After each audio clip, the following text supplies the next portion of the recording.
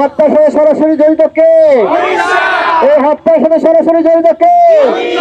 কার তত্ত্বাবধানে হত্যা হয়েছে? একই সাথে মমতা আর একটা কথা বলেছেন যে বাংলাদেশ উত্তাল হবে যদি এটা জানা যায়।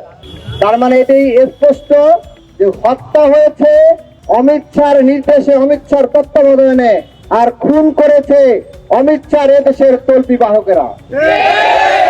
এবং সেটা হতে পারে গভর্নমেন্টের সাথে যারা জড়িত ছিল বা কোনো কোনো এজেন্সির সাথে যারা জড়িত ছিল তারা এর সাথে জড়িত থাকতে পারে।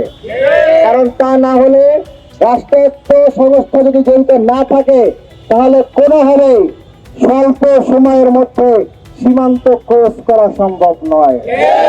সুতরাং এই হত্যাকাণ্ডটা অমিত শাহর তত্ত্বাবধানে এবং এদেশীয় সরকার বা সরকারের বাইরে যে ইন্ডিয়ার ভারতীয় আধিপত্যবাদের যে এজেন্সিরা রয়েছে, যে তল্পি বাহকেরা রয়েছে, তাদের যৌথ প্রযোজনায় খুনটা করা হয়েছে।